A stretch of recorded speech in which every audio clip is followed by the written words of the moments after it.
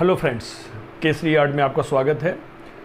आज हम लोग भारत के प्राचीनतम भित्ति चित्रों के साक्ष्य जोगीमारा के बारे में हम लोग चर्चा करेंगे।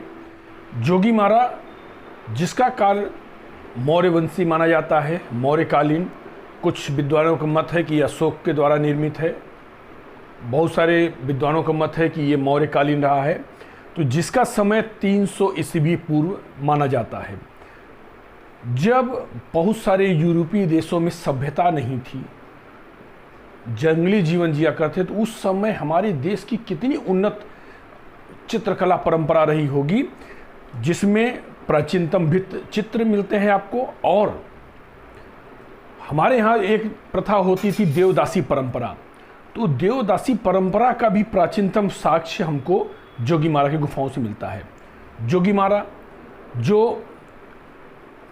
पहले मध्य प्रदेश शासन के अंतर्गत आता था, अब वर्तमान में छत्तीसगढ़ के सरगुजा रियासत के अमरनाथ नामक स्थान पे है। बहुत ही रमणीक स्थल है, चारों तरफ आज भी जंगल है। सोचिए उस जमाने में, आज से 2300 साल पहले, 2400 साल पहले वो कैसा स्थल रहा होगा। उस प्राचीन सुंदर रमणीक स्थल पर जोगीमारा गुफा के अगल बगल और बहुत सारी गुफाएं हैं, लेकिन जोगीमारा से सटी हुई एक और गुफा है जिसको सीता बोंगड़ा कहा जाता है। कहीं कहीं पे सीता बेंगड़ा, सीता लांगड़ा इत्यादि नामों से जाना जाता है। एक महान वैज्ञानिक, महान खोजकर्ता डॉक्टर ब्लैक ने सीता बोंगड़ा के बारे में कहा है कि यह एशिया की प्राचीनतम प्रेक्षागार का आप आशय समझ सकते हैं कि नाट्यशाला जहाँ पे नाटकों का मंचन किया जाता है, नाटक वगैरह खेले जाते हैं। तो वो सोचिए उस समय भी भास के द्वारा, जो भास की नाटक प्रविधि है, नाटक विधा का प्रारंभ महाकवि भास से माना जाता है, तो भास के नाटकों का मंचन वहाँ पर हुआ करता था सीता बोंगड़ा में। लेकिन आज हम लोग चर्चा करने जा रहे हैं जोगीमारा के बारे में। तो जोगीमारा जो भारत का प्राचीनतम भित्ति चित्र साक्ष्य है, कहीं कहीं बहुत सारे विद्वान इसको पूरे विश्व का प्राचीनतम भित्ति चित्र साक्ष्य मानते हैं। ये एक ऐसी गुफा है, काफ़ी छोटी, प्रकृति द्वारा निर्मित, और 10 फीट गहराई, 6 फीट चौड़ाई और 6 फीट इसकी ऊंचाई है। यहाँ पर जो भी भित्ति चित्र प्राप्त हुए हैं वो इसकी छतों पर हैं। छत बिल्कुल 6 फीट, बहुत कम ऊंचाई होती है। और जो छत, इसकी चित्र की विशेषता क्या है, आप इसको मान सकते हैं कि अजंता का ये अग्रगामी है, प्रारंभ यहाँ से हुआ है। उसके बाद यहाँ के जो भी प्रारंभिक जो चित्र इसके हैं वो तो कुशल चित्रकारों ने बनाए हैं, बाद में अकुशल हाथों में कहा जाता है। अर्थात ये कि जो भी पुराने चित्र थे, कुछ लोगों ने देखा कि बड़े अच्छे चित्र लग रहे हैं, तो कहीं टूट फूट गया होगा, तो उन्होंने क्या किया, उसको सफ़ेद रंग से पोत करके कुछ रेखाएं जो उभर रही थी उसी पे अकुशल हाथ द्वारा रेखाएं चला दी गई हैं। इसलिए वो जो रेखाएं हैं वो टेढ़ी मेढ़ी या पुष्ट रेखाएं नहीं हैं। इसकी विशेषता समझ लीजिए कि पूरा जो छत का सरफेस है या जो भित्ति चित्र का जो बैकग्राउंड है वो पूरी तरह से सफ़ेद है। लाल रंग से रेखाओं को अलग किया गया है। यहाँ पर कुल 7 चित्र श्रृंखला प्राप्त हुई है, तो जिसके बारे में हम लोग चर्चा करते हैं। जोगीमारा इसका स्थल है छत्तीसगढ़ में, जिसको रामायण काल में झारखंड कहा जाता था। उस समय झारखंड इसको कहा जाता था। 10वीं शताब्दी के आसपास में इसको डंडोर कहा जाता था। यह रामगढ़ की पहाड़ियों पर स्थित है, अमरनाथ नामक स्थान पे। इसके मार्ग में एक बहुत ही प्रसिद्ध मंदिर है, जहाँ पे राम, लक्ष्मण इत्यादि सब लोगों की मूर्तियाँ मिल रही हैं। वो मंदिर जो है वो उड़ीसा के भुवनेश्वर मंदिरों, लिंगराज मंदिर इत्यादि मंदिरों की से कुछ साम्यता रखता है। उसकी बनावट नागर शैली की जैसी है और काफ़ी प्रसिद्ध मंदिर, आज वहाँ भी मेला लगता है। जोगीमारा गुफा देवदासी परंपरा का प्राचीनतम साक्ष्य कहा जाता है। देवदासी परंपरा के बारे में जानकारी थोड़ा संक्षिप्त में उसको हम बता देते हैं। देवदासी परंपरा भारत में प्रचलित थी। होता क्या था कि मंदिरों में वहाँ पर जो उनके भक्त हुआ करते थे, तो उनकी बच्चियाँ वो भगवान को अर्पित कर दी जाती थी। तो उनका यही कार्य था, छोटे से ही वो रहती थी और भगवान की सेवा में लगी रहती थी। उनका पूरा जीवन भगवान पे समर्पित माना जाता था। तो प्राचीन परंपरा थी, बाद में इसमें कुछ कुरीतियाँ आई हैं और कहा जाता है कि वेश्यावृत्ति वगैरह प्रारंभ हो गई है। तो बहुत सारी इसमें कुरीतियाँ भी आ गई थी, लेकिन ये प्राचीनतम साक्ष्य था देवदासी परंपरा का। जोगीमारा जो कहा जा सकता था कि ये वरुण देवता का मंदिर है। जोगीमारा को पहले कहा जाता था कि ये देवदासियों का रहने का स्थान था, लेकिन एक वहाँ पे प्राप्त शिलालेख के अनुसार ये पता चलता है कि यह एक वरुण देवता का मंदिर था। वरुण देवता की सेवा में सुतनुका नाम की एक देवदासी रहती थी, सुतनुका। और जो बनारस का रहने वाला, वाराणसी, वहाँ का रूपदक्ष जो है, रूपदक्ष का मतलब कलाकार, वो देवदीन नामक एक व्यक्ति था। सुतनुका एक काफ़ी सरल हृदय स्त्री थी। वो रूपदक्ष देवदीन के कार्यों से प्रभावित होकर, आकर्षित होकर उससे प्रेम करने लगी, जिसका बाद में वहाँ के वरुण देवता मंदिर के जो अन्य अधिकारी थे उनको इसकी जानकारी हुई और वो लोग क्रोधित हो गए। तो उन्होंने रूपदक्ष को वहाँ से हटा दिया।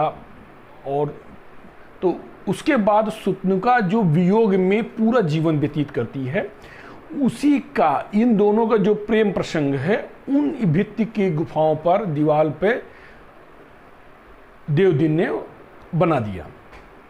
तो वो जो हैं कुछ चित्रण बौने हैं, छोटे हैं। तो अब उन जो 7 खंडों में चित्रण है उसके बारे में हम व्याख्या करेंगे। सन 1914 में असित कुमार हलदार और क्षेमेंद्रनाथ गुप्त ने जोगीमारा में आके उसकी प्रतिकृतियाँ तैयार की, प्रतिलिपियाँ तैयार की। वो आके देख कर के बड़े प्रभावित हुए और उन्होंने, असित कुमार हलदार बाद में लखनऊ कला विद्यालय के प्रधानाध्यापक बने थे, प्रधानाचार्य। तो ये थोड़ा सा आप लोग जानकारी रखा कीजिएगा, बहुत ही फायदेमंद रहता है। तो इसकी प्रतिलिपियाँ किसने तैयार की? असित कुमार हलदर और क्षेमेंद्रनाथ गुप्त ने इसकी प्रतिलिपियाँ तैयार की। अब हम लोग देखते हैं कि ये चित्र कैसे रहे हैं और कौन से रहे हैं। कुल 7 खंडों में चित्र हैं, तो आइए 7 खंडों की चर्चा करते हैं। जोगीमारा में जो 7 खंड की चित्रण मिले हैं, तो आइए उनकी चर्चा कर लेते हैं। आपके स्क्रीन पे दिख रहा है, आप लोग इसको समझ लीजिएगा। यही 7 चित्र वहाँ पर मिले हैं। पहला चित्र जिसमें कुछ पुरुष आकृतियाँ हैं, नर्तकियाँ हैं और संगीतज्ञ। साथ में यहाँ पर एक जुलूस का चित्रण भी दिख रहा है, हाथी है और जुलूस का चित्रण है। नदी में मगरमच्छ है। इसके जो चित्र हैं वो लाल रंग से बने हैं। पृष्ठभूमि पूरी तरह से सफ़ेद है और कहीं कहीं पे जो उसका सरफेस है, जहाँ चित्र बनाने का, खुरदुरा है, कहीं पे कुछ सपाट है। और जो मेन अंदर की, जब असित कुमार हलदर ने और क्षेमेंद्रनाथ गुप्त ने इसकी प्रतिलिपियाँ बनानी तैयार की, तो उनको स्पष्ट समझ में आया, जैसे कहीं पे वो पानी डाल देते थे तो पुराने भी उसकी रेखाएं दिखने लगती थी। तो उन्होंने देखा कि यह इस पे चित्र के पहले भी कुछ पहले जो चित्र बने वो कुशल हाथों से बने हैं। पहले के चित्र थे वो किसी अच्छे कलाकार के द्वारा बनाए गए, लेकिन बाद में जो उसमें रेखाएं चढ़ाई गई हैं वो अकुशल हाथों में के द्वारा बनाई गई हैं। फिर भी जो चित्र थे उन्होंने उसका प्रतिलिपियाँ तैयार की और लाल रंग से चित्रों का विभाजन किया गया है। कहीं पर बाग वगैरह में काले का प्रयोग किया गया है, अन्यथा जैसे यहाँ पर एक है बाग का दृश्य काली रेखाओं से बनाया है। बाकी चित्र जो हैं अक्सर ये सब चित्र जो है लाल रंग से अंकन किया गया है और उनमें जो विभाजन किया गया है, विभाजन भी लाल रंग से विभाजन किया गया है। तो अब इसको चित्र को समझ लीजिए, उसके बाद इसकी विशेषता क्या है उसके बारे में थोड़ी सी हम चर्चा करेंगे। तो ये हो गई पहला। फिर दूसरे दृश्य में दिख रहा है कि वहाँ पर एक पेड़ है जिसके पत्ते गिर चुके हैं और उस वृक्ष के नीचे विश्राम करते हुए कुछ 3-4 पुरुष आकृतियाँ हैं जिसका चित्रण लाल रंग से किया गया है। थोड़ा थोड़ा आप ध्यान रखिएगा, ये बड़े महत्वपूर्ण बन सकते हैं कि उसका रेखांकन किस रंगों से किया गया है। कभी प्रश्न बन सकता है, हम आपको तैयार रहना पड़ेगा। तीसरे दृश्य में बाग का दृश्य है। बाग के दृश्य को पूरी तरह से काले रंग की रेखाओं से बनाया गया है। चित्र जो है उसमें कहीं पे भी 3D इफेक्ट नहीं है, सब द्विआयामी चित्रण किया गया है, सीधी रेखाओं से लंबाई चौड़ाई इत्यादि बनाते हुए।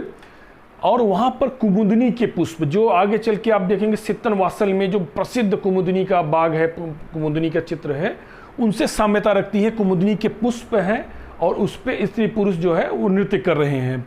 ये वाला आपके लिए महत्वपूर्ण बन सकता है। कुमुदनी का पुष्प जो तीसरे नंबर पे है, ये सित्तनवासर की गुफाओं से भी, सित्तनवासर की जो कुमुदनी का प्रसिद्ध चित्र है उससे साम्यता रखता है। चौथा, बौनों का अंकन।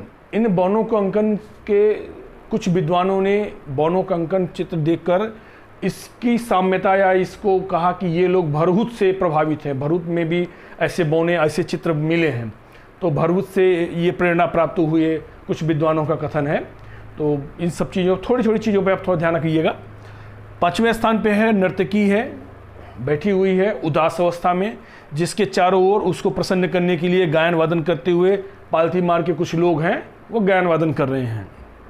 6वां में प्राचीन ढंग के जो चैत्य थे, तो कुछ रथ ऐसे बनाए गए जो चैत्यों का अंकन किया गया है। 7वें स्थान पे ग्रीक रथों जैसे चैत्य तथा मछलियाँ, नदी, प्राकृतिक दृश्य इत्यादि बनाए गए हैं। तो ये हो गए चित्र, 7 चित्र, इसको आप नोट कर लीजिएगा, समझ लीजिएगा। तो ये अजंता एलोरा की प्रारंभिक अवस्था इसको मान सकते हैं। और इन चित्रों में जो बौने चित्र बनाए गए हैं उनकी आकृतियाँ सांची भरहुत से काफ़ी हद तक मिलती जुलती है, तो ये भी आपको ध्यान रखना है। जोगीमारा गुफाओं में प्रायः सफ़ेद खड़िया, हिरौंजी, लाल, काले तथा हरे, जिसको मायरोबालन नामक फल से तैयार किया गया था। हरे का ध्यान रखना है, हरा रंग जो है वो मायरोबालन नामक फल से तैयार किया गया था। और इन रंगों का प्रयोग किया गया है। प्रायः लाल रंग की रेखाओं के द्वारा चित्र एक दूसरे से पृथक किए गए हैं। पीले रंग का प्रयोग जो है वो हाशियों में किया गया, बॉर्डर पे पीले रंगों का प्रयोग किया गया है। इसके जो चित्र हैं उनका जो धरातल है वो सपाट नहीं है, कहीं कहीं खुरदुरा है, और उसमें बस ऐसे ही सफ़ेद रंग लगा के चित्र बना दिए गए हैं। जोगीमारा में मूल चित्र जो है वो ऊपर के कई बार ऊपर से रंग सफ़ेद पोते गए हैं। इस कारण से जो उसके मूल चित्र थे उसका सौंदर्य नष्ट हो चुका है।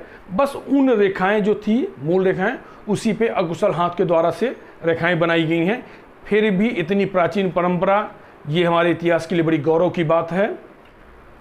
जोगीमारा के आसपास जो स्थल है, रमणीक स्थल में जोगीमारा, सीता बोंगड़ा, लक्ष्मण गुफा इत्यादि कई गुफाएं हैं, लेकिन जो प्रसिद्ध गुफाएं आप अगल बगल 2 मान सकते हैं। लक्ष्मण बोंगड़ा यहाँ की सबसे विशाल गुफा है। जोगीमारा के बगल में सीता बोंगड़ा। सीता बोंगड़ा के बारे में मैंने पहले बता दिया था कि ये एशिया की सबसे प्राचीन नाट्यशाला है। यहाँ के चित्र सफ़ेद पृष्ठभूमि पे लाल से अंकन किया गया है, काले का प्रयोग किया गया, पीले से इसके हाशिए बनाए गए हैं। तो आशा है कि आज आपको जोगीमारा गुफा के बारे में बेहतर जानकारी प्राप्त हुई है। तो कृपया इसको अन्य लोग तक पहुँचाएँ, जिससे इसका लाभ अन्य लोगों तक पहुँच सके।